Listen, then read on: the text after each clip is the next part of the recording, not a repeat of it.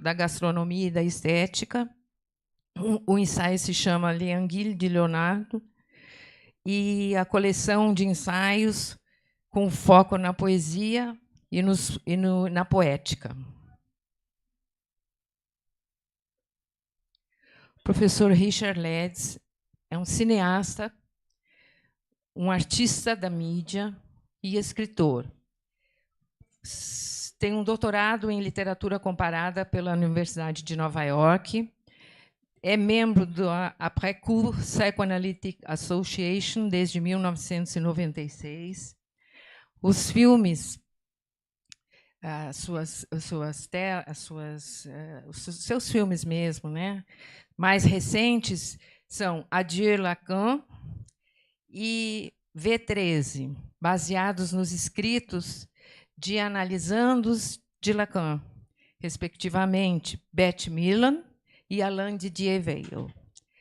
Cada filme contém a representação da prática psicanalítica. No caso de Adieu Lacan, como Lacan trabalhava, né? E é estrelado por David Patrick Kelly, e o caso V13, como Sigmund Freud o fazia, interpretado por Alan Cumming. Então, agora eu gostaria de saber se os nossos palestrantes podem ser recebidos.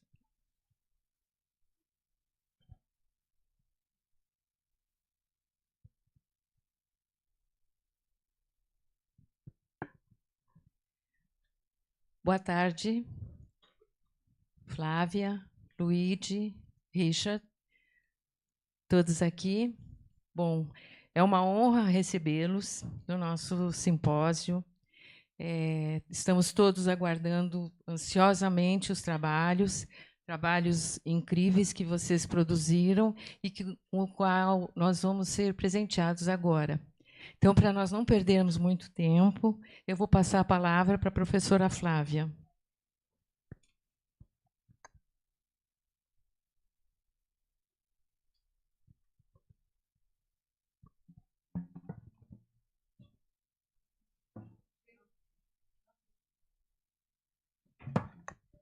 Você nos ouve, Flávia?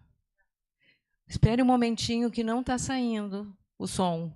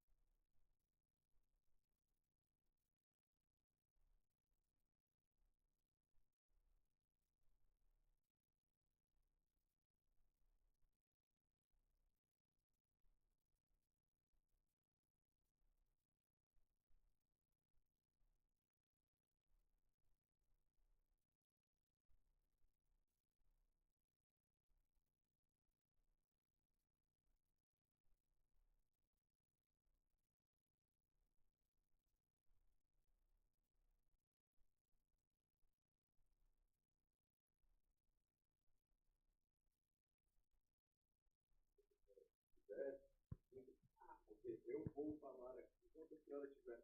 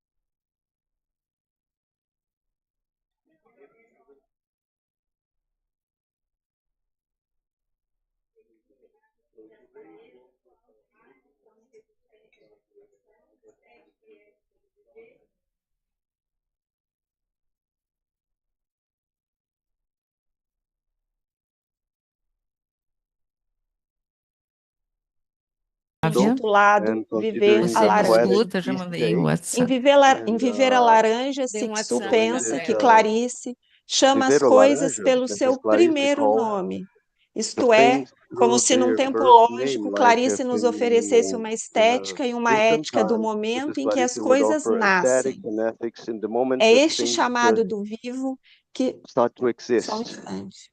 Just a minute. Oi, Vera. The translation and the original are coming at the same time, so I can't. Tá. Desde o título? Desde o título, Vera? Tá bom, então. Não, imagina. É só que está um pouco confuso, porque a gente não consegue se ouvir aqui, tá bom? Tá bom. Tá bom, querida. Tá bom, obrigada, obrigada, beijo. Olha, me pediram para recomeçar. Então, meu título: Esboçar a criança esquecida, deterioração e criação em Clarice Lispector. Não é por acaso que eu acho que é uma apresentação sobre os começos, né? Então, eu vou começar de novo. Então, primeiro epígrafe. Durante sua análise pessoal, o analista é levado a retomar contato com a criança que nele existe, isto é, com as etapas dessa infância que puderam ter qualquer parentesco com uma crise de loucura. Ele redescobre dessa forma, através de uma linguagem esquecida, as palavras perdidas de um dialeto materno ou língua materna.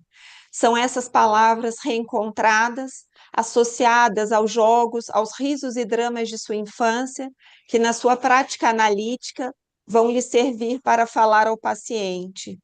Louco, débil mental ou neurótico. Manoni, a teoria como ficção. A segunda epígrafe. Essa seria uma experiência devastadora. Chamar e ninguém vir. Virginia Woolf, In the Waves, as ondas, né? Na crônica intitulada Como Tratar o que se tem, Clarice Lispector nos diz que mora nela um cavalo preto, lustoso e selvagem, e que, apesar de selvagem, tem uma doçura primeira, e acrescenta: aviso que ele não tem nome, basta chamá-lo e se acerta com seu nome. Hoje aqui com vocês, para oferecer uma leitura do título dessa mesa, Arte como Resistência à Destruição, Estética e Ética do Viver, seguirei alguns fragmentos da obra de Clarice Lispector, não sem as ter lido à luz de Helene Sixu, principalmente a partir do ensaio poético intitulado Viver a Laranja. Em Viver a Laranja, Sixu pensa que Clarice chama as coisas pelo seu primeiro nome, isto é, como se num tempo lógico, Clarice nos oferecesse uma estética e uma ética do momento em que as coisas nascem. É a este chamado do vivo que Sixu responde, e proponho ler o chamado como um afastamento de uma certa violência ligada à nomeação. Clarice busca uma palavra que esteja mais próxima da sombra das coisas, quando elas ainda não estão inteiramente colonizadas pelo conceito, pelo hábito, pelo mercado. Enfim, por aquilo que Sixu chama de império do pior, quer dizer, a posse. É nessa direção que se chama pela criança, pela mulher, pelos refugiados, pelos desamparados. Assim, passo a ler uma pequena crônica ou um pequeno conto de Clarice Lispector, que durante décadas permaneceu ilegível para mim. Esse conto se chama Menino a Bico de Pena e começa assim. Como conhecer jamais o menino?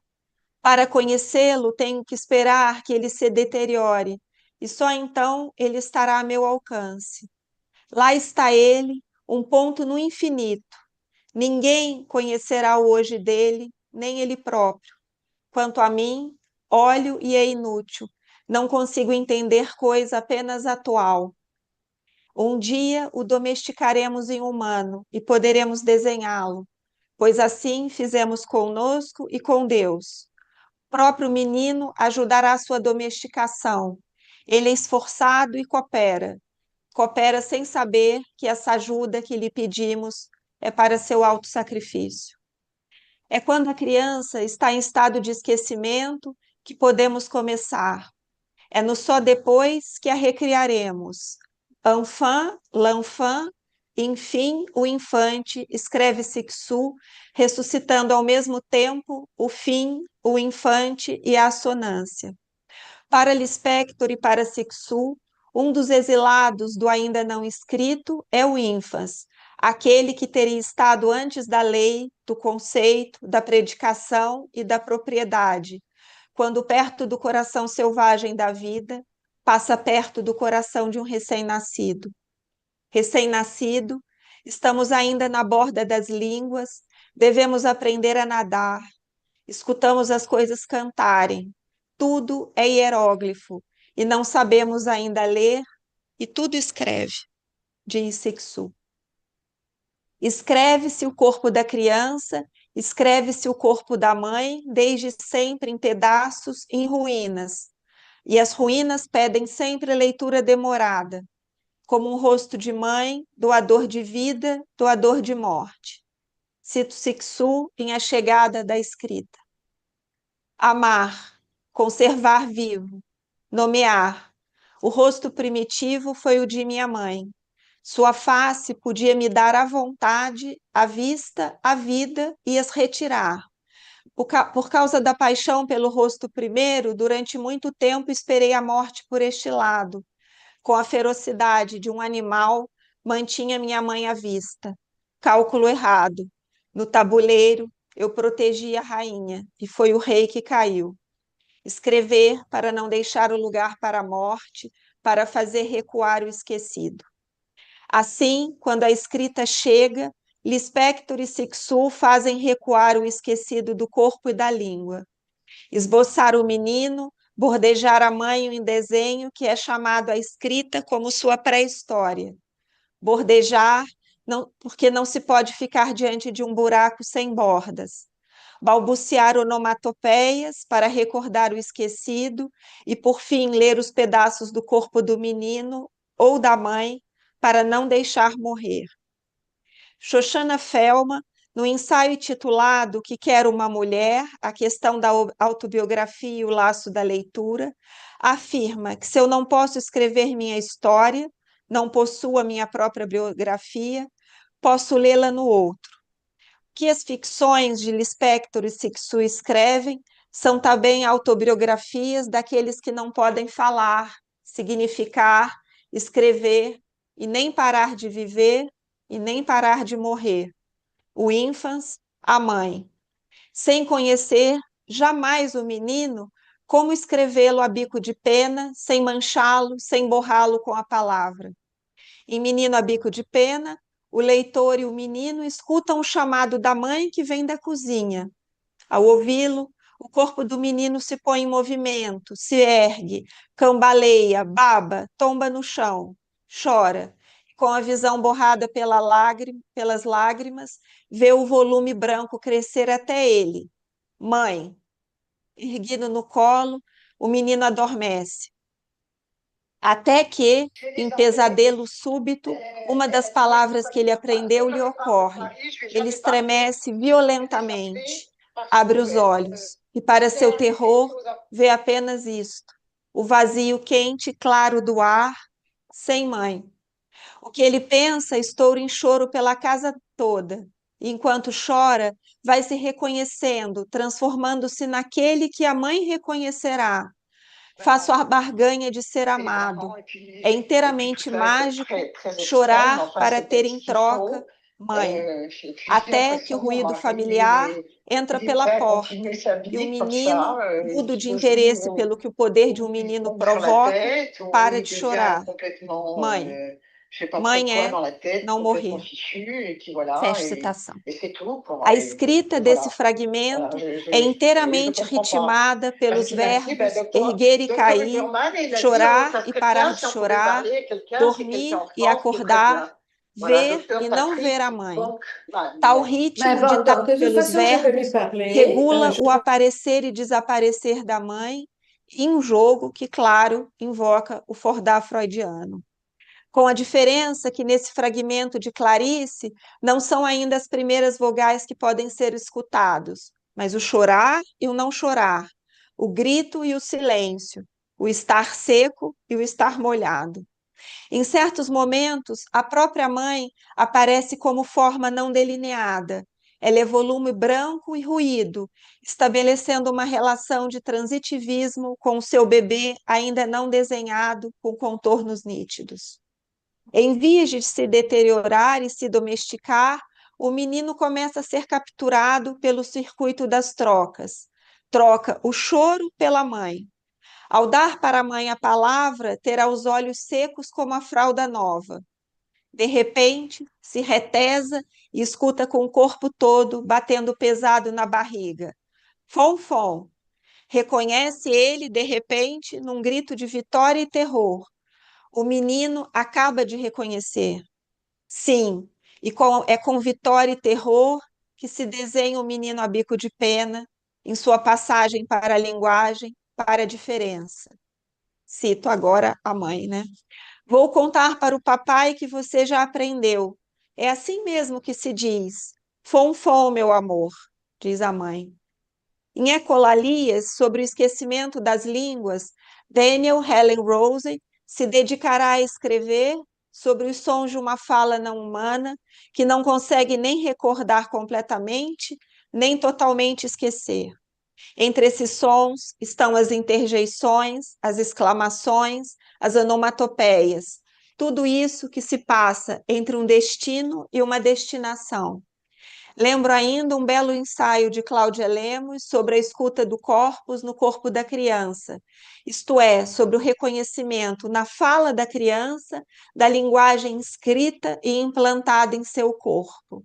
Fordá e Fonfon pertencem àquilo que nem pode ser totalmente recriado, nem totalmente deteriorado, fora da poesia, fora da prosa poética e da música, toda essa caixa sonora fica recoberta, esquecida, recalcada pelas palavras legíveis do hábito, como se o corpo da mãe devesse ceder lugar aos nomes do pai, estrada da lei, vereda do sentido. Entretanto, não é somente o começo da vida desenhado por Clarice que nos devolve em choque a opacidade à borda. O fim também nos conduzirá até a borda. Começo e fim estão nas bordas da língua. Ao relatar para Betty Fuchs aquilo que vinha pensando em torno da criança entre Lispector e Sixu, ela mais uma vez me ofereceu um texto como dom de amor e de promessa, através da indicação do complexo ensaio de Jacques Derrida, intitulado Abraão, o Outro, que abre o volume Judeité, Question pour Jacques Derrida. Judeidades, perguntas para Jacques Derrida. Foi a partir dessa leitura que desloca algumas questões de Dar a Morte, né, de um livro chamado Donner la Mort, também de Derrida, que pude ler em Lispector e em Sixu, uma cena sob a cena, o sacrifício de Isaac. Lembremos que o sacrifício de Abraão, este é sem motivo, que no sacrifício de Abraão, este é sem motivo chamado a sacrificar aquilo que lhe é mais precioso, seu filho Isaac, a criança da promessa. Em segredo, Abraão não conta a Sara e nem a Isaac o que se passa. Ele parte e quando o cutelo se aproxima do pescoço do seu filho, um anjo intervém e um cordeiro será sacrificado no lugar do menino. Ou, seguindo o que Jacques Derrida em Dar a Morte coloca em jogo, da cena que aqui nos interessa, a exigência de Deus para que Abraão sacrifique Isaac não tem nenhum sentido, e tudo estará suspenso nessa suspensão do sentido. E eis que o anjo chama Abraão uma segunda vez do céu, suspende o sacrifício, já que Abraão não o recusara, selando uma segunda aliança, o abençoa com a multiplicação de sua semente. Assim, a criança sacrificada e não sacrificada passa a ser outra prova da aliança e promessa de futuro. O relato bíblico recebe das mãos de Clarice novos contornos. A história não se passa mais entre Deus e Abraão, mas entre mãe e bebê. Assim, a criança sacrificada e não sacrificada passa a ser outra prova da aliança e promessa de futuro. Tal promessa desloca-se metonimicamente também pela obra de Cixous. Um exemplo notável estaria no livro intitulado La fiancée juive, né? A noiva judia, que inventa novas cenas para a sobrevida, a da filha, noiva, e a da escrita. As duas órfãs, ou melhor, herdeiras da vida que é dada pela morte do pai. Nesse livro, que nos remete imediatamente ao quadro de Rembrandt, a literatura e a pintura ajudam a receber a morte do pai, né, que Cixous perde aos 10 anos de vida, né, e a morte de seu pai, a ser vivida pela filha, e a morte não unicamente como execução, como em outra pintura de Rembrandt, que também obsede Hélène Cixous, Le Bœuf écorché, né, o boi esquartejado. O quadro aparece na escrita de Cixous para mostrar justamente o momento em que a morte do pai foi para a criança um matadouro. Cito: o dia da explosão. Perdi na guerra os braços, as pernas, a estatura de meu pai, suas costas finas e suas nádegas de cavalo. Eu estava ofegante, sinto ainda agora o corpo perdido. Aos 10 anos, a criança pode ficar louca e não há ninguém para dizer a ela que há um mal talvez precise 30 anos, talvez 50, para que este mal, se torne uma chance. Fecha citação. Perdendo o pai, a criança também se perde. Só há o horror do grito. Contudo, só depois existirá a pintura que escreverá a cena da execução, né, como em Le Bœuf écorché, um olhar na penumbra, quase se perde na noite e espera a ressurreição em frase. Se a ressurreição vier, na frase, ela demorará muitos anos e demorará muitas reviravoltas na língua para se tornar uma chance. A menina de 10 anos será carregada pelo ventre, que é a escrita de Cixous, e terá 1000 formas em metamorfoses, a do sacrifício, a do recalque. Ela demorará a ressuscitar na palavra e pela palavra. Cito: num só movimento, me levanto, arranco o machado, mato a morte. Corro para o quarto ao lado, onde jaz a criança esquecida. Entro. Ó criatura imortal que resiste até mesmo ao esquecimento. A mãe ressuscitou. No coração ressurge o amor, o fluxo de leite. Vivo. Fecha citação. É notável que a ressurreição seja escrita com a imagem da mãe ressuscitada e com ela do fluxo de leite que Cixous diz ser sua tinta para escrever. Anos depois do fim do mundo, as portas se abrem e a voz da narradora se movimenta em direção à escrita, que reerguerá, como se ergue sepulturas, suas gêneses, suas genealogias, desidentificando todos os gêneros. Digamos que a voz passa do absolutamente singular, a experiência da morte prematura de seu pai, à escrita com formas que lhe dão permissão para a ressurreição. Com as palavras permissão e ressurreição, volto a Clarice e vou encerrar com a recordação de um conto intitulado A Legião Estrangeira, que encerra o volume homônimo A Legião Estrangeira. Esse volume de contos começa com os desastres de Sofia. Nele, a narradora de Lispector, já adulta, isto é, com a criança já deteriorada, retorna a uma recordação de infância, ou melhor, a duas.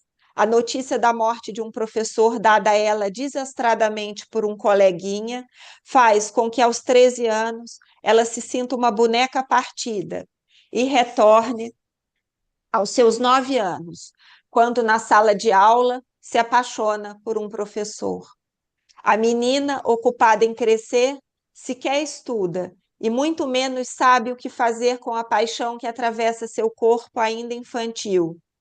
Só depois, bem depois, com um corpo de palavras que é a narração, ela poderá responder a tal paixão. Como? Escrevendo literatura. Corto aqui e peço que vocês leiam Os Desastres de Sofia. Salto para o último conto que anunciei no começo deste parágrafo.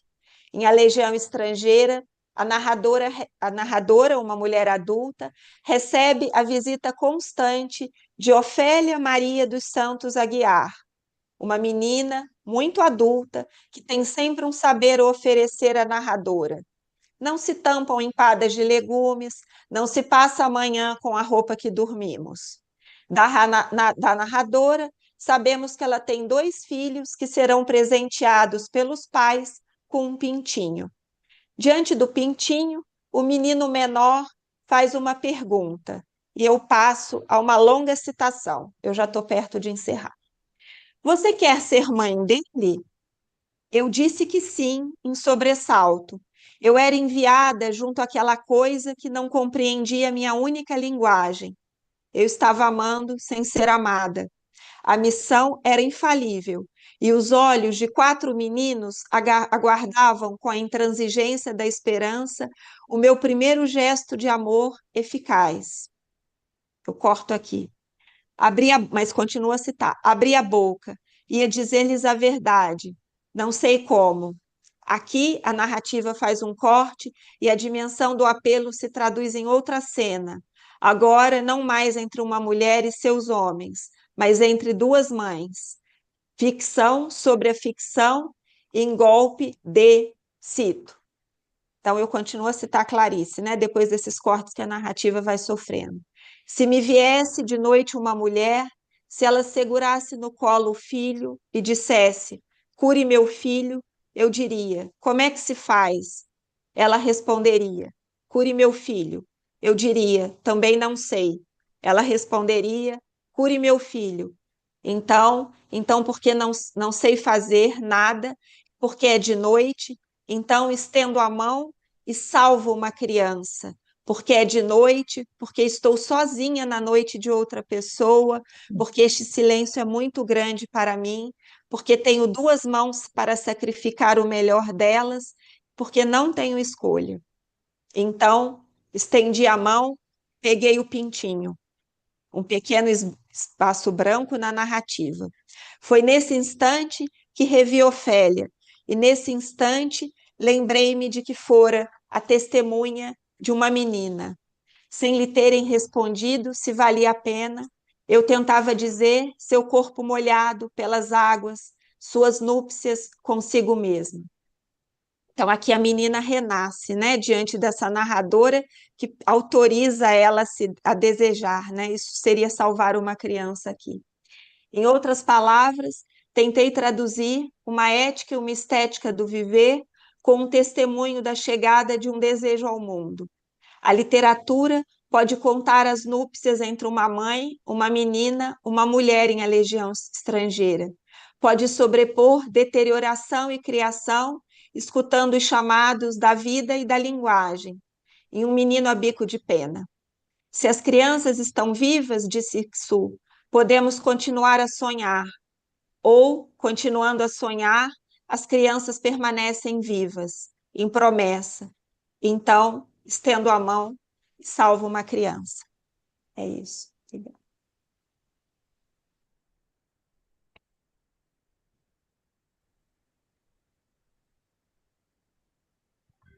Muito obrigado, Flávia, pelo texto maravilhoso.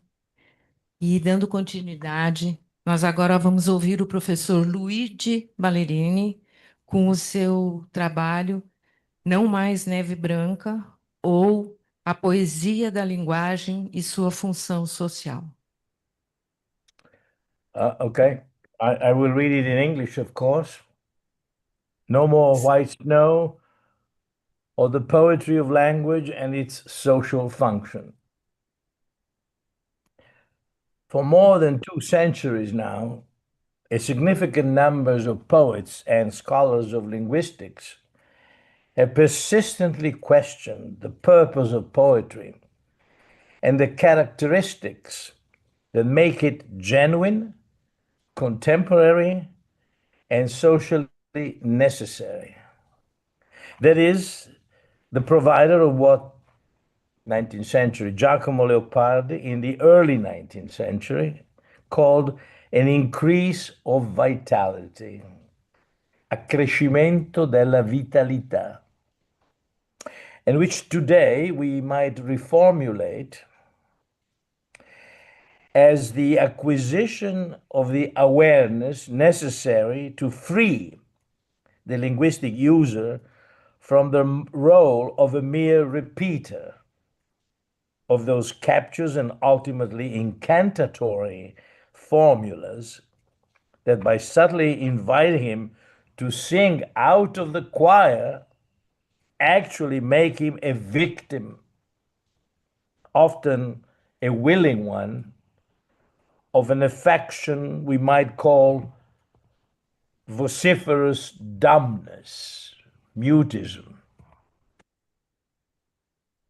To varying degrees and with mutually compatible, though not perfectly consistent statements, all those who have reflected on this type of problems have highlighted the fact that no poetic writing that is not merely consolatory or confessional can claim to be useful for those who compose it or those who benefit from it without establishing a special relationship with the language of which it is the result, or rather an independent relationship capable of producing effects of sense outside or beyond the referential declinations to which such language is normally subjected. In obedience to instrumentalist kinds of logic, that is, the logics that are aimed at obtaining things or information, as the ancient would have said, subtly distinguishing in Latin between asking to know, querere, and asking to obtain, petere. Essentially, it is a matter of transcending the gap between communication and expression, the two functions attributed to the use of language that since time immemorial have been practiced in the case of communication by sacrificing the stylistic preferences of the speaker-writer, and in the case of expression, by strengthening them.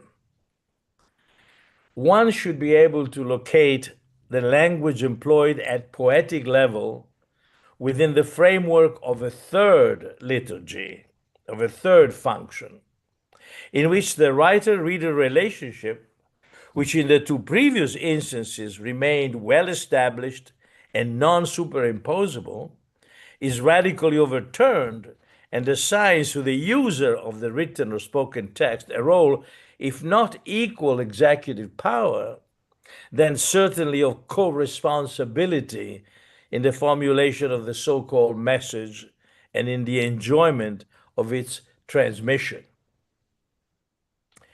Well known as far back as 1871 is the first invitation that Arthur Rimbaud, little more than a teenager, addressed to the poets of his day and to his teachers to prepare texts born out of long and raisonné dérèglement de tous les sens, long and reasoned deregulation of all senses. The key word here is clearly dérèglement, and it would risk being misunderstood and translated as anarchy, chaos, confusion, expression of irrationality, if it were not accompanied precisely by the word, by the precious signifier raisonner. And therefore, by the stipulation that even the madness of the poet from Charleville presupposed a method, a language whose inevitably rational elaboration does not preclude the natural psychological and ideological fluidity that envelops its contents. From the simplest phoneme to the most complex syntactic elaboration. The word raison, reason, and the cluster of signifiers originating from it and applied to poetic discourse is, after all, a term of long duration. In the celebrated canzone Donne che avete intelletto d'amore, women who have intellect of love, a poet to whom Italians always turn to find antecedents for everything that passes through their mind, he uses it in combination of the word isfogar. I vo con voi della mia donna dire, I want to speak with you of my lady, perch'io non creda sua laude finire, not because I want to weave praises to her, ma ragionar per isfogar la mente, but to reason in order to isfogar la mente. Now here, isfogar certainly means light the mind of pressure that the experience of love entails, but also, and above all, it means organizing a text as a fugue, as a fuga, in the sense this term acquires in music, as the shareable discourse that has manifested itself from and because of that experience. Not to capture the experience, to point to an emotional intellectual correspondence between the late medieval poet and the young decadent poet and aspiring revolutionary, one could also invoke the harmony between Dante's precious intuition, and the poet is actually the vehicle of writing dictated by the other. I mi son un che quando amor mi ispira noto, I'm one who am inspired by love, I write, and a quel modo che ditta dentro vo significando, and I signify according to what love dictates to me. Purgatory. And Rimbaud's peremptory and precursory statement, je est un autre. I'd like to connect the two. But to take the bait here would force us into an unforgivable digression, and therefore we drop it there. Let us then return to our moutons, to our flocks. If in the 19th century, this liberating ferments of language signaled, to use Baudelaire's words, by the poet's loss of his halo, his, if not total, diminutio capitis, then certainly his marginalization, a drift that has never stopped. This can be explained, at least in part, by the fact that the danger signs, or if you will, the admission of the precariousness of the poet's role and the diagnosis of his ailments were not followed by concrete, effective therapeutic proposals or precise instructions for the creation of a poetry suited to the needs of a society that was slowly but inevitably crumbling. Rimbaud's intuition that there must be, and therefore one should seek, a connection between the regalvanization of language that poetry was supposed to take on and the revolutionary or even merely reformist movements of the late 19th centuries were certainly not welcomed with enthusiasm by official institutions and by academics in particular. It actually worked counterintuitively, contributing to the further marginalization of the figure of the poet, who then masochistically made the marginalization the subject of his own song. Even Leopardi, whom we quoted at the beginning of this talk, even his surprising proposal, which saw in the preservation of the elusive vaghezza, vagueness of signifiers, to which every language bears witness in the dawning phase of its concrete existence and development, as the ideal condition for poetic writing, a condition to which the poet should strive to return. Everything has been perfected since Homer, said Leopardi, except poetry. Now, that vagueness was regularly misunderstood. Vago became synonymous with imprecise, obliterating the true etymological established meaning: mobile, capable of vagare, of moving, flexible in its juxtaposition, and productive in the context of an interweaving that binds the parts of speech into sentences and phrases. Rimbaud's notorious surrender and poetic renunciation may very well be the result of a profound disappointment, despite his heroic anti-institutional attack. In fact, egocentric, confectional, subjective, and deplorably fadas, dull poetry continues undaunted to fill the pages of books, journals, and now also the spaces of our electronic hyperworld. For a profitable resumption of the liberating impetus, it's that all things considered, we must wait for the birth of the so-called historical avant-garde, starting with futurism, which in initial phase and notably is in two manifestos, the Manifesto Tecnico of Futurist Literature and the Imagination, Wireless Imagination, senza fili, of 1912-1913, reaffirms the need to connect the truth of poetry to the needs of contemporary, or rather of the language that reality speaks in us with its irreconcilable and inexhaustible signs. It is necessary, writes Marinetti with the rhetorical vehemence of a cutthroat, to destroy the I in literature. That is all psychology.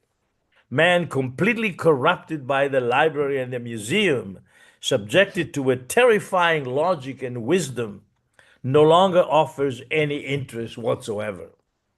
Therefore, we must abolish him in literature and finally replace him with matter, whose essence must be grasped through intuition, something neither physicists nor chemists will ever be able to do. Replace the exhausted psychology of man with the lyrical obsession of matter. It is clear that the founder of the futurist movement's enthusiasm far exceeded his elucidatory ability, and that the replacement of psychology, read psychologism, or an account of his own unhappiness and exaltations, with the lyrical obsession of matter remains a far-fetched project, unless by matter we mean linguistic matter, and translated into the placing on the page after free verse of words in freedom. This entails in turn the use of the infinitive verb, the abolition of the adjective and the adverb, etc., etc. For a different proposal, perhaps less daring, but certainly more intimately connected to the experience of sentient beings, open to the seduction of the new, we must wait for the drafting of the first manifesto of surrealism, 1924, in which André Breton, an attentive reader of Freud, after having reassured us that dans la mesure où il est indispensable de se faire comprendre, l'homme arrive tant bien que mal à s'exprimer et est assuré par là l'accomplissement de quelques fonctions prises parmi les plus grossières. Parler, écrire une lettre, n'offre pour lui aucune difficulté réelle, pourvu que, ce faisant, il ne propose pas un bout au-dessus de la moyenne, c'est-à-dire pour vous qu'il se borne à s'entretenir, pour le plaisir de s'entretenir avec quelqu'un. Il n'est pas anxieux des mots qui vont venir, ni de la phrase qui suivra celle qui l'achève. Apodictically states that le langage a été donné à l'homme pour qu'il en fasse un usage surréaliste. Language was given to man to use it in a surreal way. A language in which, this is very important, les mots, le groupe de mots qui se suivent, pratiquent entre eux la plus grande solidarité. Ce n'est pas à moi de favoriser ceci aux dépens de ceux-là. C'est à une miraculeuse compensation d'intervenir et elle intervient. Non seulement ce langage sans réserve que je cherche à rendre toujours valuable, qui me paraît s'adapter à toutes les circonstances de la vie, non seulement ce langage ne me prive d'aucun de mes moyens, mais encore il me prête une extraordinaire lucidité, et cela dans les domaines où de lui je l'attendais le moins. J'irai jusqu'à prétendre qu'il m'instruit, et en effet, il m'est arrivé d'employer surréellement des mots dont j'avais oublié le sens. These words usher in a radical shift in the direction of poetry, no longer a question of searching for a privileged, selective language suited to poetry, nor of organizing it according to rules derived from the technologically advanced conditions in which a given society lives or is forced to live. Instead, it's a matter of listening and being surprised by what language itself suggests. We won't be speaking then of the language of poetry, but of the poetry of language.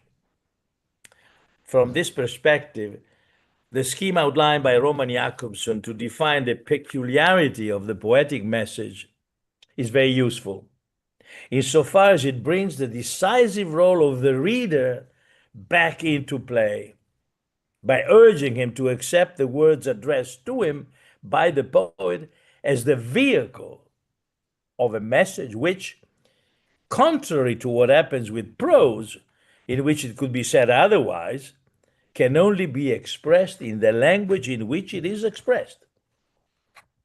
What Jakobson calls the conative function of language should therefore be understood not as a stimulus to guide the drafting of a text based on what is presumed to be the reader's receptive horizon, but on the contrary, as creating zones of suspension, semantic areas, gaps in which the reader can intervene.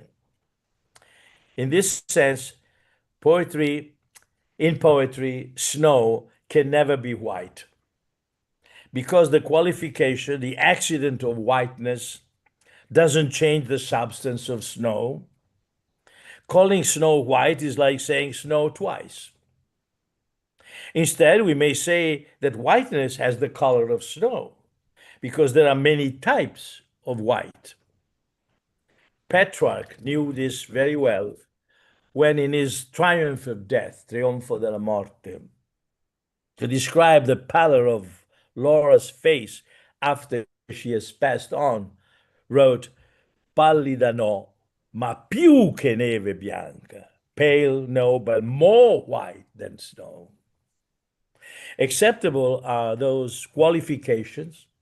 In the case of snow, one could resort to red, surly, algebraic, or 1,000 other non-redundant attributions that might enable the reader to ask himself why the association exists and to rack his brain in search of an answer, a truth, that while it cannot ever be proven exactly, cannot be denied either, an emotional truth, an essential indicator of the desiring nature of human language. With all due respect for the unhappiness rarely admitted because almost always ignore sublimated of all those who believe the language to be the product of necessity, a tool, furthermore, always falling short of its definitional mark. How many times have we heard that something was so special that it could not be expressed in words?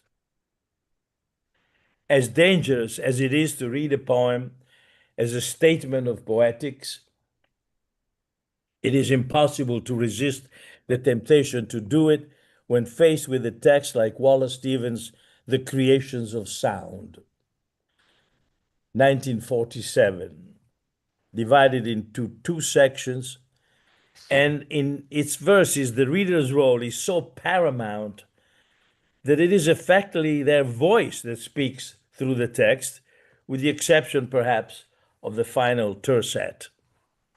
The poem reads as follows, then I'll provide a brief commentary.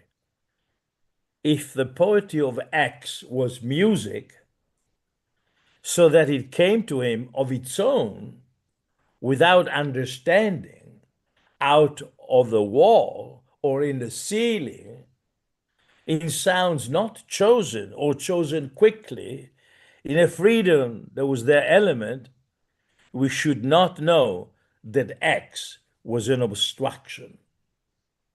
A man too exactly himself, and that there are words better without an author, without a poet, or having a separate author, a different poet, an accretion from ourselves, intelligent beyond intelligence, an artificial man at a distance, a secondary expositor, a being of sound whom one does not approach through any exaggeration. From him we collect. Tell X that speech is not dirty silence clarified, it's silence made dirtier. It is more than an imitation for the ear. He lacks his venerable complication. His poems are not of the second part of life. They do not make the visible a little hard to see, nor reverberating eke out of the mind on peculiar horns, themselves eked out by the spontaneous particulars of sound. We do not see ourselves like that in poems. We see ourselves in syllables that rise from the floor. Rising in speech, we do not speak. 5 main exegetical points are clearly discernible here. Number 1, the reader is dissatisfied with what he has received. It is not music, and indicts the non-musical poet on a charge of self-absorption. Someone who has reduced language to a device for the transmission and circulation of one's sentiments, impressions, and speculation, and thus has become an obstacle to the fruition of the poem itself. Number 2, the reader asserts that have learned that there are words other than those used by self-absorbed poets, or yes, the same as used by him, but used differently. Words that are defined through a long series of equivalent appositives as better without an author, without a poet, having a separate author, a different poet, an accretion from ourselves, intelligent beyond intelligence, an artificial man at a distance, a secondary expositor. Number 3, the indicted poet is not addressed directly through a third party charged with the task of reforming him. You, whoever might that be, perhaps a Baudelarian hypocrite lecteur, must inform X that his poetry, among other things, is not, as it should be, silence made dirtier, nor that it makes the visible a little hard to see. Number 4, in the last tercet, the sender of the poetic message seems to regain the role that has been occupied by the reader and informs the reader that he or she would not be considered an obstruction if the poem being offered were made of syllables that rise from the floor. Rising in speech, we do not speak. Number 5, the pluralizing of the pronoun in the last stanza is a stroke of genius. From the beginning, but not quite to the end, the poem has targeted a him, her, through an interface between you and I. But here the voice is returned to a two-headed monster capable of saying we. Not out of royal complacency, but by the logical necessity. It is a sign of reconciliation. Better still, a blending together of two agencies seeking to free the language of the poem from the choking ineptness of a tyrant ego. A reader who claims to have the right to show the poet the path to follow can clearly only belong to the small group of those who do not reduce reading to the immediate recognition of whatever words appear before their eyes, and instead enjoy the relationship that the words weave among themselves, colliding, pressing, and wounding each other like atoms diverted in their descent from the amorous clinamen of which ab antiquo Epicure and his followers spoke. There's no doubt that, as Isidore Ducasse hoped at the end of his Chant de Maldoror, 1869, poetry must be made by everyone, not by one. But for this poem to happen, it is necessary that the performers of the poetic creation be made aware of what can be done with language, and that they be equipped and willing to do it.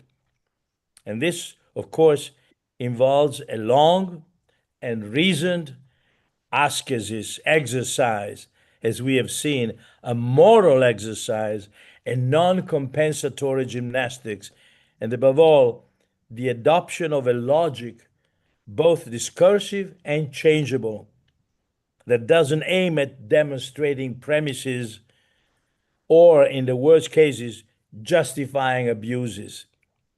It is a laborious, uncertain, unguaranteed logic that does not ask for satisfaction, except in the sense that it keeps alive the desire to repeat without ever replicating.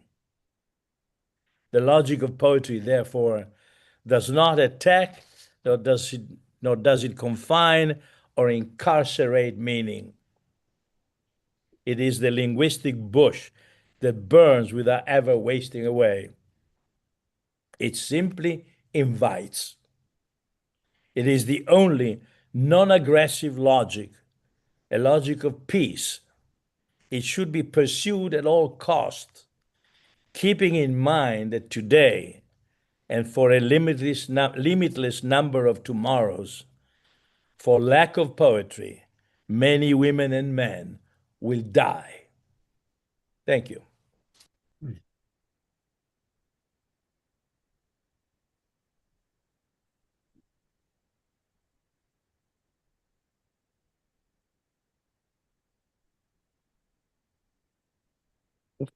Muito obrigada, professor Luigi.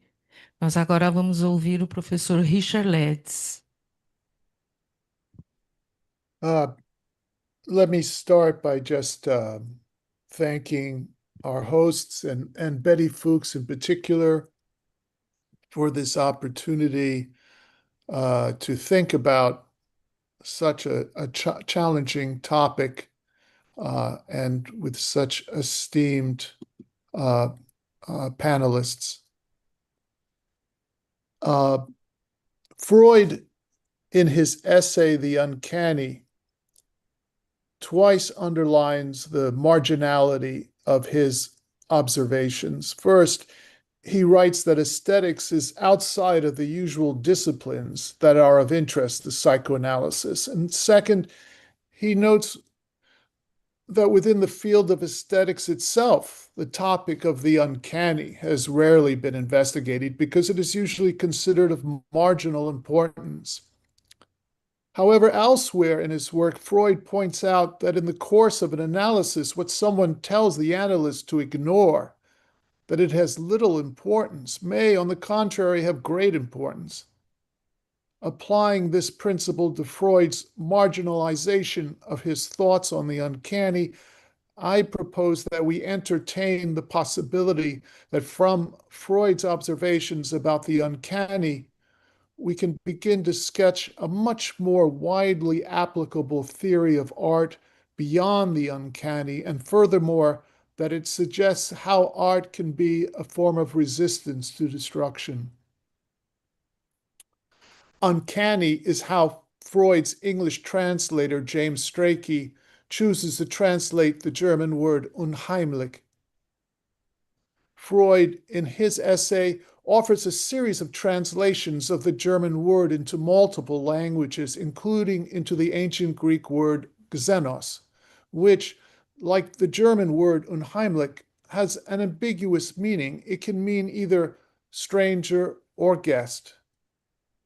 It is a word I have thought about a great deal in the past few years. In 2017, I did in Greece a documentary film entitled No Human is Illegal. The documentary is based primarily on interviews with two groups. The first being undocumented migrants who were then being detained on the island of Mytilene and prevented from traveling further into Europe. I refer to them in the film as refugees. And the second group being those offering assistance to this group. The latter were usually part of associations.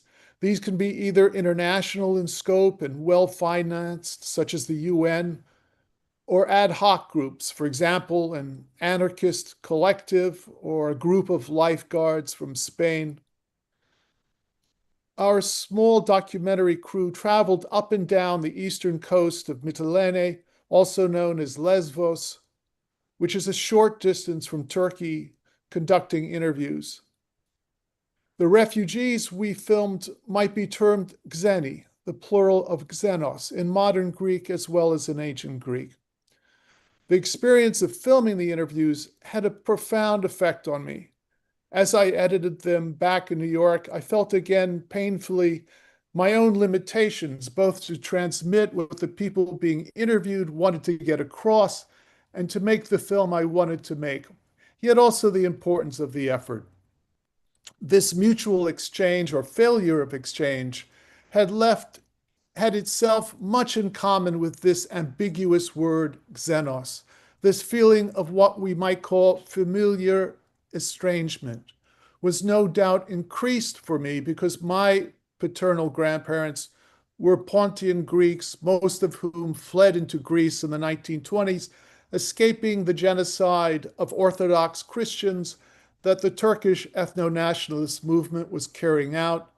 This is usually referred to as the Armenian genocide, since they were the largest ethnic group among its victims.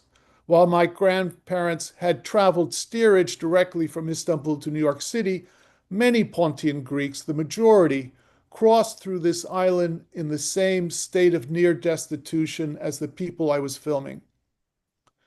The word xenos plays an important role in delineating ancient Athenian society. This summer in a gallery in Athens, I exhibited a video installation I filmed in a marble quarry on the side of Mount Pentelicus. This is a mountain near Athens, from the side of which was taken the marble used to rebuild the Acropolis after it was destroyed in the 5th century BCE, following the Athenians' decision to abandon their city and defend it in a naval battle that took place around the island of Salamis. The video installation I based on two Greek tragedies, the Eumenides of Aeschylus and the Oedipus of Colonus of Sophocles. The Eumenides and Oedipus of Colonus have to do with a non-citizen being received into the polis of Athens. In the case of Orestes, in order to find justice, and in the case of Oedipus, in order to end years of exile and exclusion. In the first play, Orestes comes to Athens fleeing the Furies who seek vengeance for the matricide he has committed and is provided a jury trial. In Oedipus at Colonus, the blind figure of Oedipus, who has been guided to Athens by his daughter Antigone, after years of wandering in exile for parricide and incest, is offered sanctuary. Together, the two plays raise questions of alterity and strangeness, insofar as these qualities are an ineluctable part of the city of Athens and of each citizen. In his essay on the uncanny, Freud makes reference to an article on the figure of the double entitled The Doppelganger by Otto Rank. Freud writes, "The double was originally an insurance against the extinction of the self, or as Rank puts it, quote, an energetic denial of the power of death," end quote, and seems likely that the immortal soul was the first double of the body. We can read in Freud's use of this concept of the double an important precedent for the concept of the mirror stage, such as Lacan will develop it over the course of his work on the origin of the ego. However, for Lacan, the destruction against which the double in Rank's formulation guards against precedes the construction of the ego and is the prehistory that persists and can be sensed as an external threat. The ego creates an image of the self that is a misconception and an alienation that paradoxically appears to offer a sense of security, often symbolized in dreams, Lacan writes, as a castle. The universal act of identification that initiates the ego contains an ambiguity of self, le moi, in regards to the other. The ambiguity in the Greek word xenos plays a particularly important role in Oedipus at Colonus. Sophocles puts forward, through forms of address, the audacious proposal that only by first being estranged can one become familiar. Only by being a foreigner first can one become a citizen. This would appear to contradict the autochthonous myth central to Athenian citizenship, as Pericles articulates it in his funeral oration.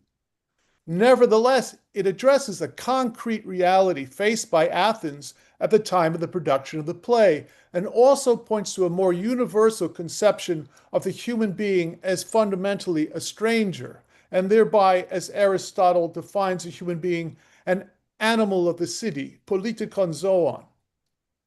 The concrete political challenge that the title of the play alludes to is the incorporation of the small adjoining district of Colonus into Athens. Doing so raised the question of the autochthonous nature of Athenian citizenship. The play is based on resolving this historical contradiction, but Sophocles draws out of this particular a profound universal that overturns the usual separation between citizen and being a stranger. Oedipus at Colonus is the last play of Sophocles, who is in his 90s when he writes it. The character of Oedipus, like the playwright, is at the end of his life, and it is the last tragedy written in Athens in the 5th century BC that would be performed in the city after the death of Sophocles and after the subjugation of the democracy by an oligarchy installed by Sparta. The play can be read as a bold statement of the future importance of Athens, of the work of Sophocles, and of democracy because of their understanding of the crucial role of estrangement and of the stranger at the heart of political life. It is with strangers, xeni, that these will have their future. In 480 BC, the Athenians have been able to save the city by abandoning it.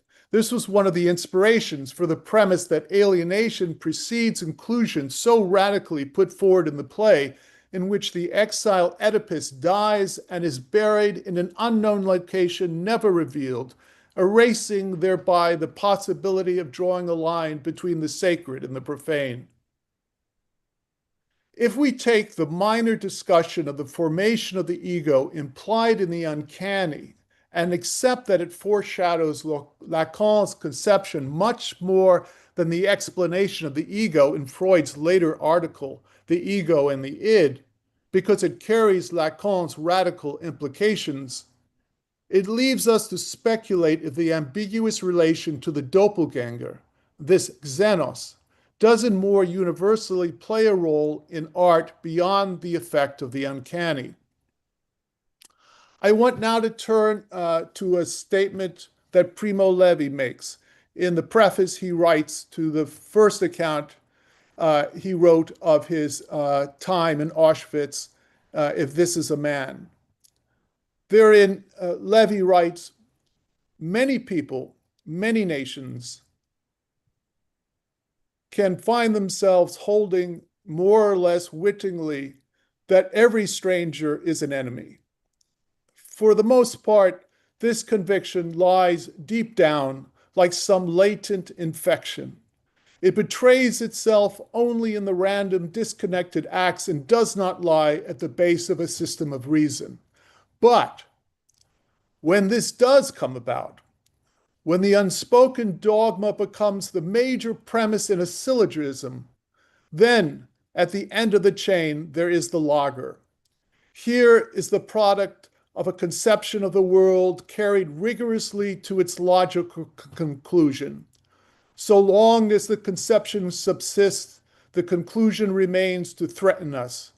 The story of the death camps should be understood by everyone as a sinister alarm signal.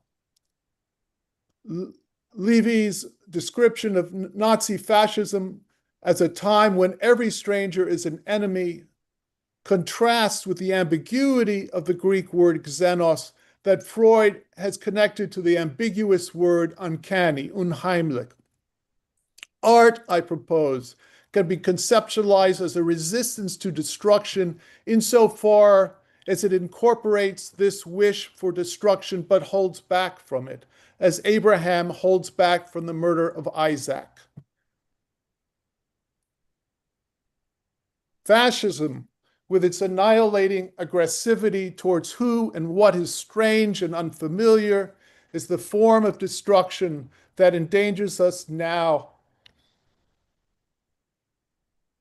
and which art allows us to resist through the preventing a collapse into what Primo Levi describes as the logic of the extermination camps. In fascism, a dialectical relation to the other is foreclosed, and all sameness exists between foreigners. They are all the same.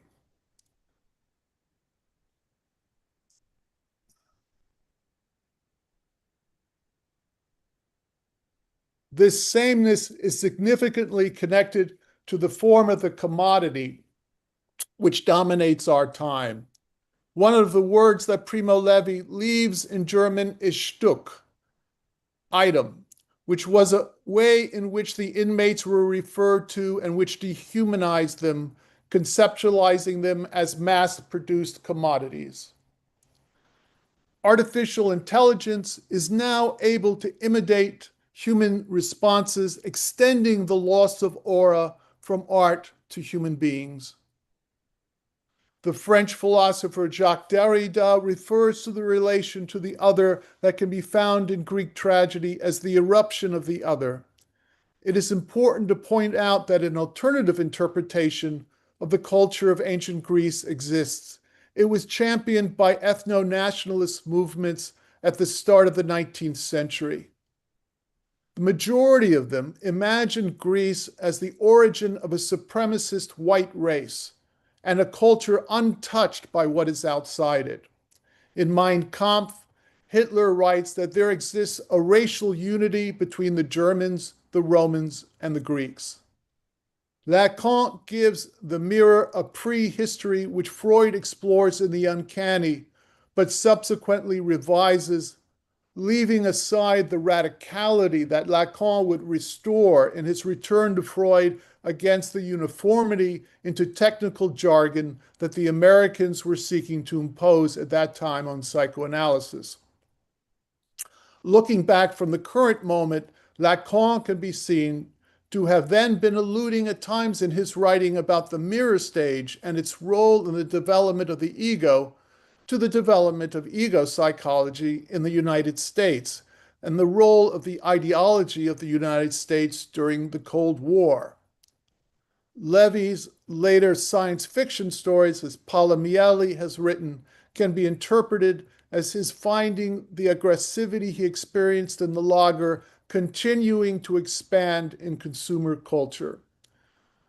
Today, art must confront the power of new manifestations of fascism based on the commodity form, which have reached a new level of dominance. Thanks.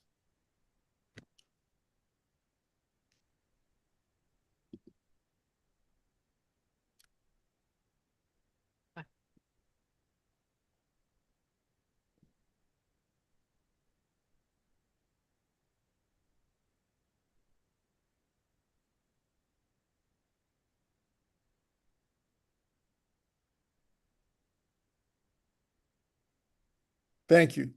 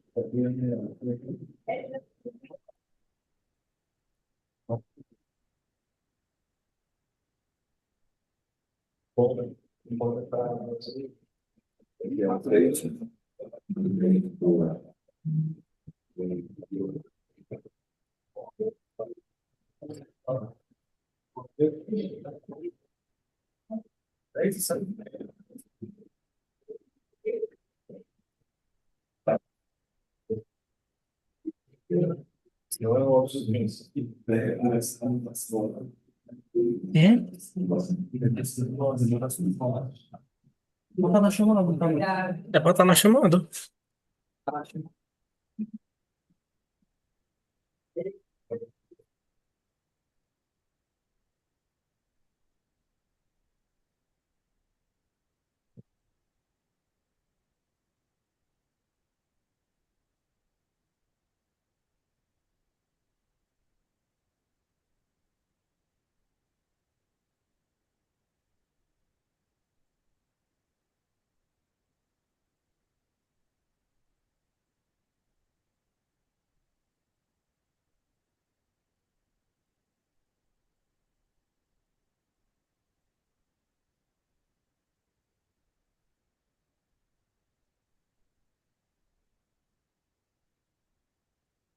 Nada.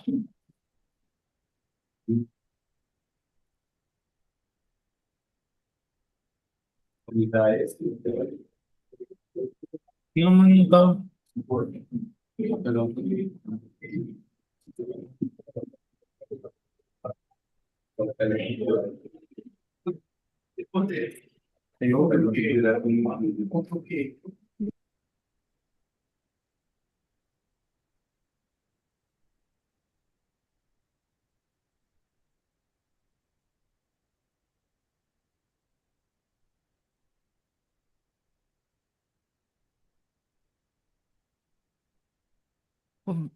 Agradecemos muito os nossos palestrantes. Eu, pessoalmente, agradeço, em particular, pelo esforço, pela complexidade, pela profundidade dos textos. Então, para nós, não, como o tempo é curto, eu gostaria de fazer... Eles estão aqui? Fazer algum pequeno comentário, uma So, uma ladies and pergunta. gentlemen, there is some Q&A. Can you hear me? Então, Yes. então eu gostaria de falar primeiro com a professora Flávia sobre o seu texto, I'd né? like to address Sobre a to criança Professor Flavia esquecida. about the forgotten child. Gostaria de perguntar para ela se esse I'd like to ask conceito, essa Professor noção Flavia de criança if that esquecida concept é of mais um forgotten conceito child is clínico, more of a clinical literário concept, ou uma ponte literary, entre or it's ambos. just a bridge E in também between. esse par And I interessante would like, Excuse me, de deteriorização e can we get criação. to inseparável na obra de translate first the Clarice. speaker and Ou then pause and há then the momentos em que esses translation dois, um and desses then the dois polos speaker se and sobressai. then, you know, because Ao it's right now professor it's all at the same Luigi, time and com I seu can't lindo texto understand sobre a anything. poesia, I don't know eu how it gostaria is que for ele Luigi, falasse um but I'm pouco getting sobre I essa can do possibilidade at the da same poesia time transcender Portuguese and a English dicotomia at the entre a same time, so comunicação it's very e a hard to expressão. understand Quando what ele the fala que o question is. leitor não é Could, apenas um could the receptor, speaker mas speak um a little bit? Well, condutor yes, do sentido it will be poético. done like this, Professor Leeds. Thank Okay. you.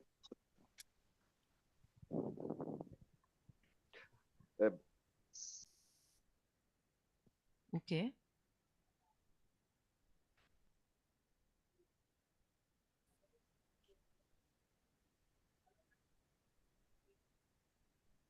É? Tá, só. Tá bom. Well, now But it's Agora so she will start over, all right? And we'll be doing it consecutively like you've requested. Thank you. Anytime. Para o professor Richard, gostaria de perguntar para ele o que levou a fazer essa ligação com o texto freudiano, o Unheimlich, o estranho. So to Professor Richard Leeds, what led you, to connect? Why did you connect the uncanny, unheimlich, and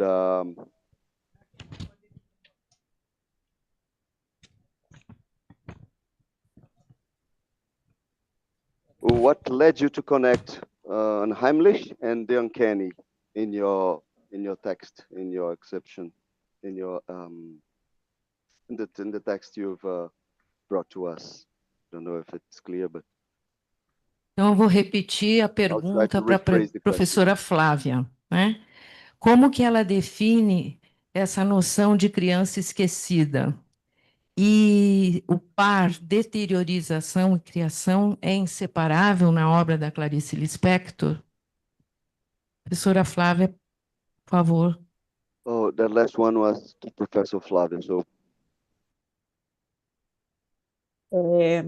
Então, Vera, obrigada pelas duas questões, né?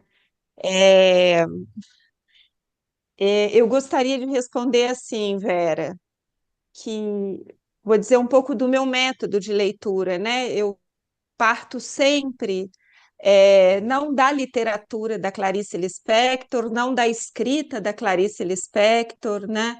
Eu parto de cada texto. Então, eu vou falar a partir desses dois textos que eu trouxe aqui, né? Que foi O Menino a Bico de Pena e A Legião Estrangeira, né? Então, eu acho que vou começar pela última, né? Eu acho que nos dois textos, né? O que estava em questão era isso, a deterioração, né? Se perde ali no Menino a Bico de Pena, esse ínfans, né? Esse que estaria antes da linguagem, né?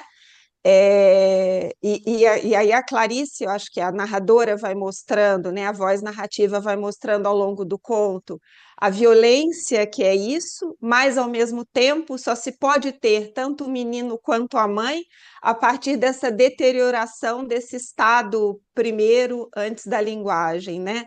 Então é ao mesmo tempo uma perda desse estado, desse menino que ainda não foi domesticado, que ainda não entrou na cultura, que ainda não entrou na linguagem, e ao mesmo tempo um acesso a essa criança, porque senão essa criança, como diz a narrativa, fica ali perdida no infinito, né? Mas eu acho que o que se trata aqui na literatura é como que a própria narração pode ainda manter algo desse menino, né? E aí eu acho que é pela via da sonoridade, pela via do enigma, ou aquilo, por exemplo, que o Luigi, né, e o Richard disseram belamente, por aquilo que ainda não ficou aprisionado no significado, nem por um ódio ao estrangeiro. Então eu responderia assim, né, que se cria e se recria essa criança deteriorada, né, a partir de uma certa fidelidade, de uma extrema fidelidade, né, a algo que não precisa estar aprisionado pelo eu, pela cultura, pelo significado, ou por uma violência, digamos assim, narrativa que perpetuaria a morte dessa criança, né? Que tiraria ela dessa promessa, né? Que se dá pelo equívoco, pela sonoridade, por Lalang, vamos dizer assim, né? Então, eu acho que em Menino a Bico de Pena é isso. A Legião Estrangeira, a relação entre deterioração e criação é um pouco diferente, né? A gente tem ali uma menina, vamos dizer assim, que já teria atravessado aí alguns caminhos da repressão, uma menina muito bem educada, vamos dizer assim, muito reprimida, se a gente quiser, que fica ali sempre tentando dar ordens para essa narradora. E através desse bichinho, é um pintinho, né? A menina pode ali ter um reencontro dela com a infância, né? E justamente ali, né, a narradora ela pode testemunhar esse desejo, né, da menina por esse pintinho que desmonta essa armadura dela de repressão, né, que colocaria ela numa vida adulta muito prematura.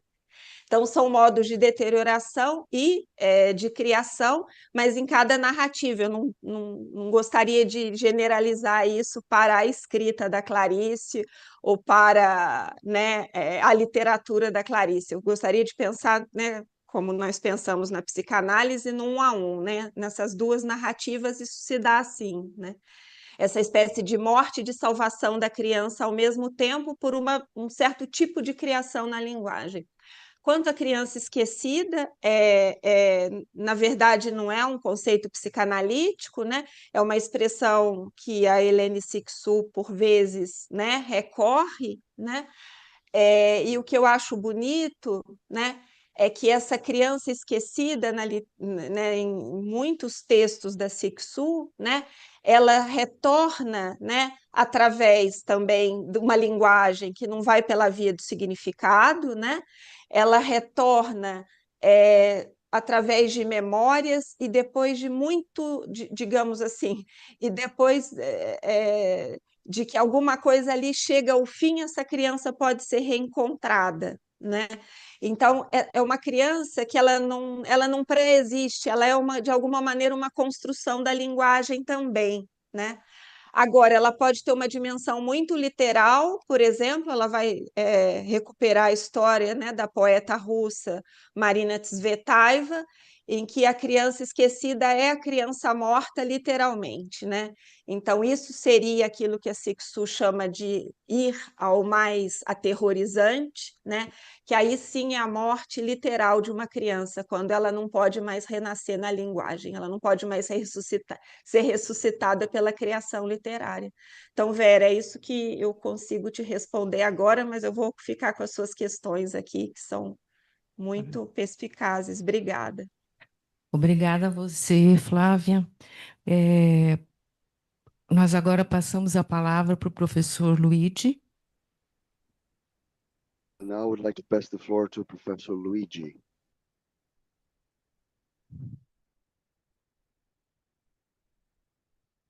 Yes. Is there a question or? Yes.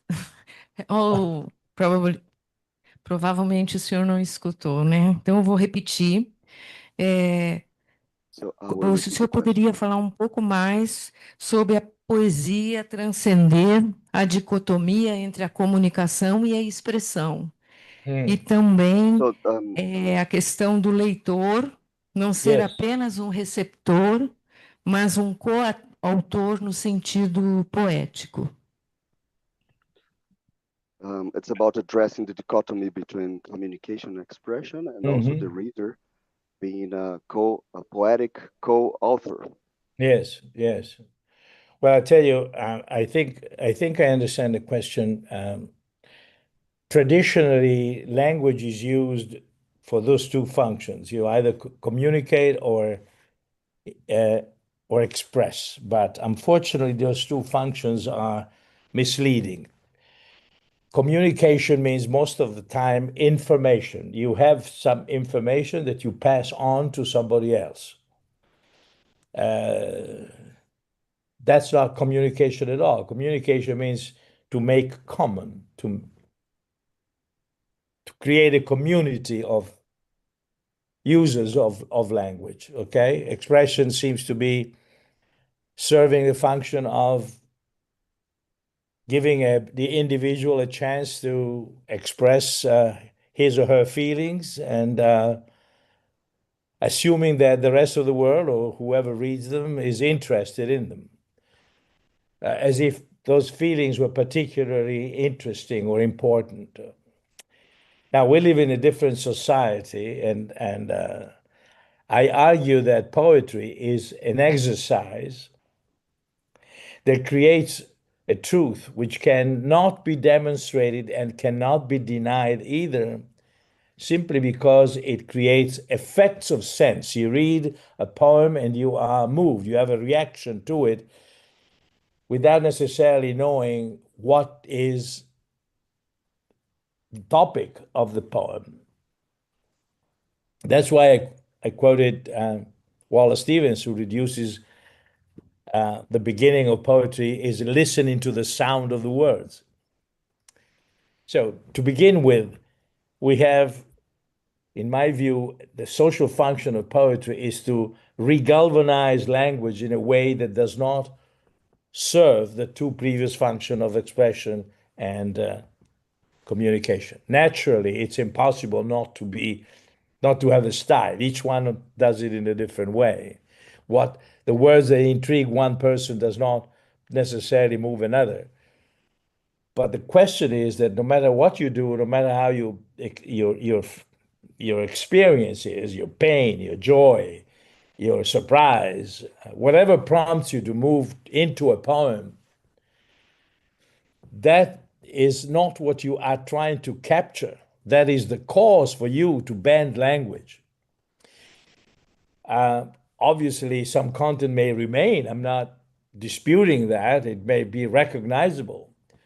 But the ultimate function is to disabituare.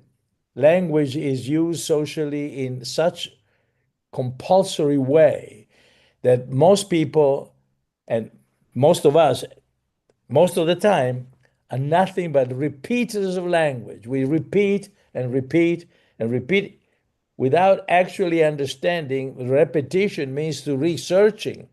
Petere is a Latin term for asking. So repeating means that you all never should replicate. The distinction I made is actually it's Paul Celan who makes it. The difference between repetition and replication.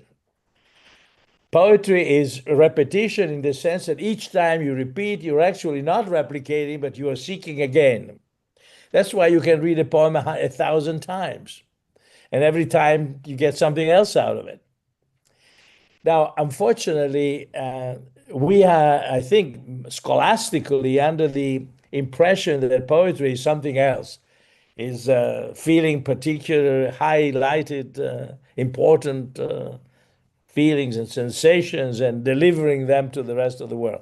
Well, that's gone. I don't think poetry serves that function anymore.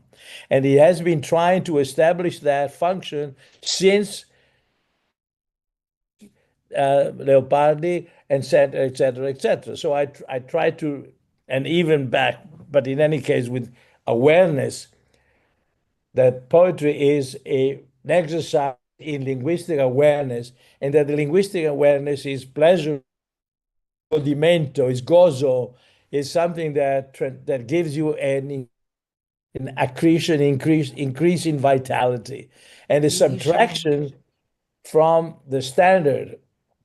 I think we just possibly fighting an impossible battle, but there is no other battle that I would know how to fight anyway. So the idea is that to transmit, that's the same problem in psychoanalysis. I mean, transmitting what? Transmitting the fact that we are the owners of our own language, and we can use it, and we can communicate in a way that is not informative. In the sense that you pass down information. Now, all our societies are based on the fact that some people have information and others don't. and they deliver some of the information when they feel like it and at a price.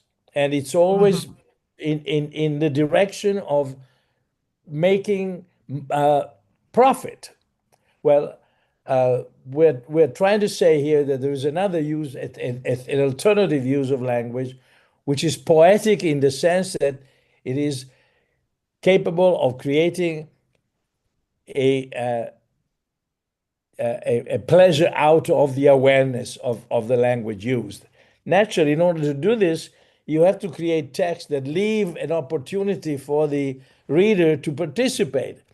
That's why I insisted on the notion that saying white snow is completely stupid, because there's no room. I mean, there's no gap. But the moment you create a qualification that is uncanny, as Richard was saying, well, then that's a beautiful invitation to participate. You come into it. If you don't have that opportunity, you just as well not read. Ok, professor.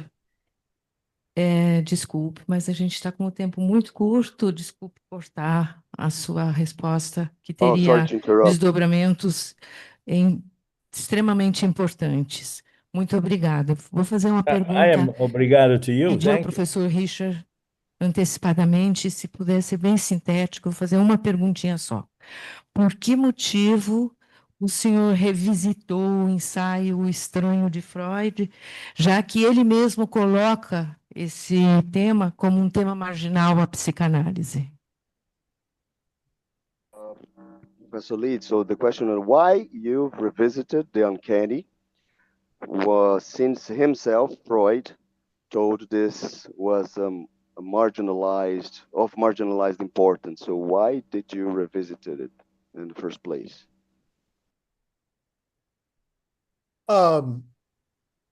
Well, I find it very interesting.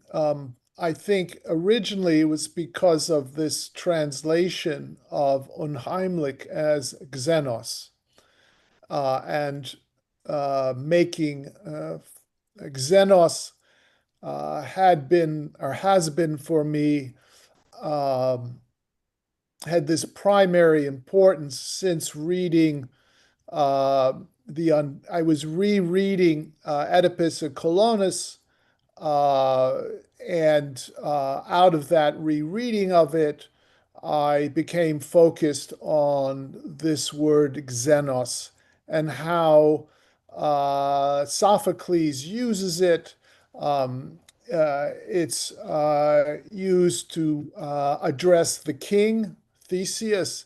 It's used to address Oedipus. It's kind of very clear that it's this word that has great significance.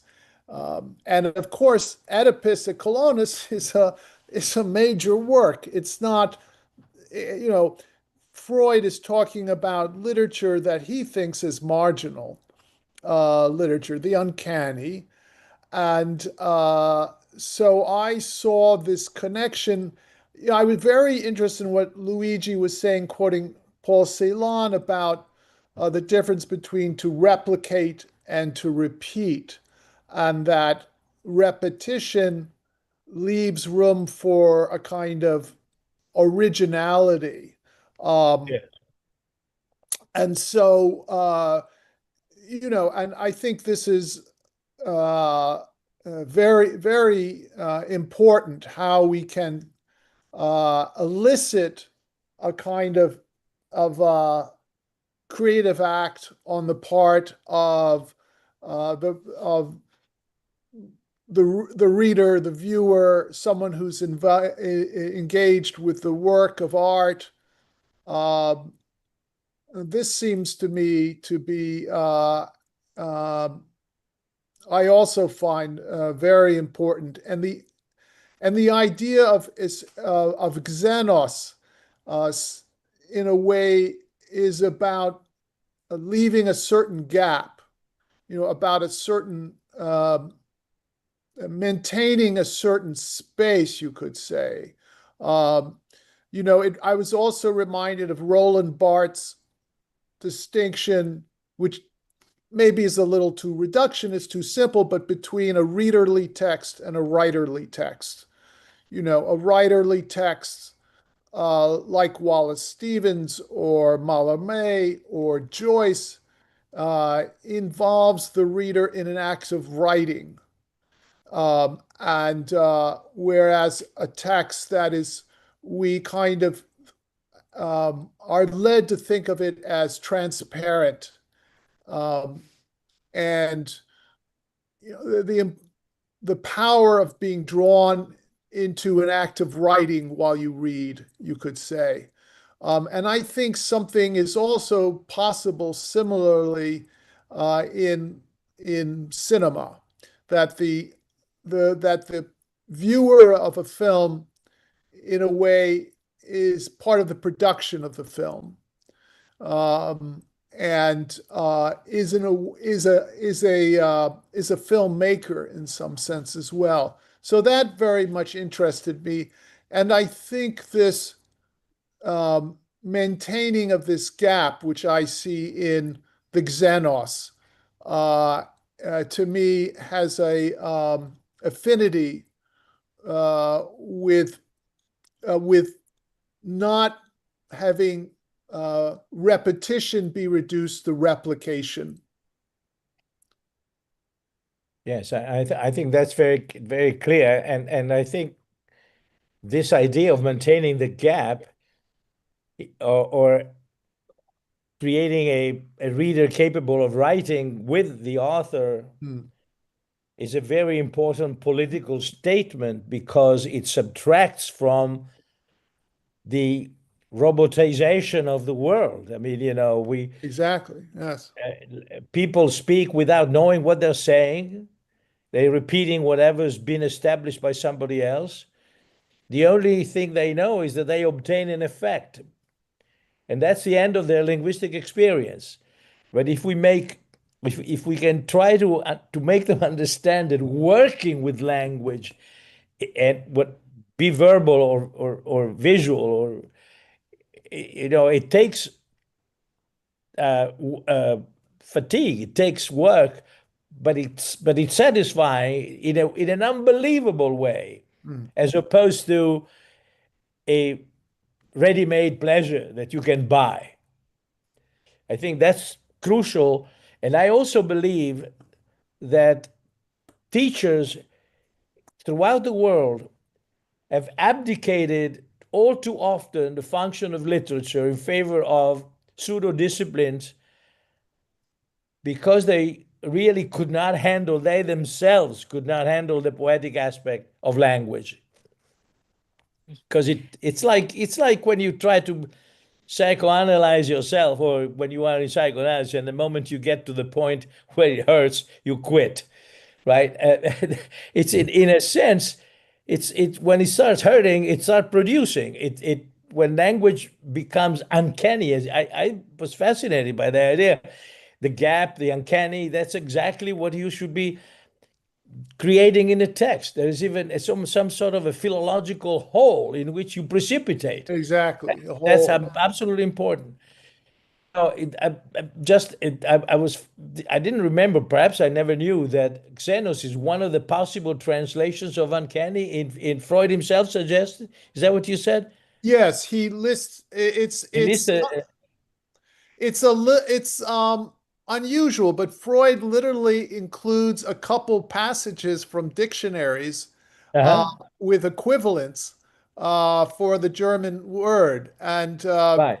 one of the equivalents he includes is xenos in Greek. Yeah, that's in French. I'd forgotten, or perhaps I never knew, but it's exceptionally good, exceptionally penetrating. Yes. Yeah, I had totally forgotten it too, and then I went back, and it was, I was happy to have forgotten it and be able to Right, refind. you see, you were not repeating. Yeah, exactly. You were not replicating. I'm sorry. Yes, right. Ok. Well, before I forget, I also want to thank everyone who Mais uma has vez, nós agradecemos os nossos and Dr. palestrantes. Fuchs, Nós who poderíamos has passar a tarde invited me to inteira, this talvez a very semana interesting inteira, discutindo panel. textos ricos e And complexos, and como os Dr. 3 textos Broccoli, am I apresentados, correct? mas Am I correct in infelizmente pronouncing your name? Cronos Broccoli? Yes. comanda. Então, agradeço aos presentes e aos palestrantes. Richard, I don't thank because I've known him for too long. Okay.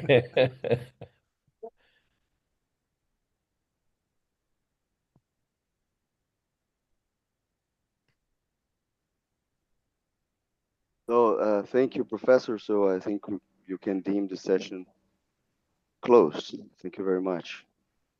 And congratulations. Thank you. Thank you. Thank you. Bye-bye. Bye-bye. Bye-bye. See you very soon. Okay. Yeah.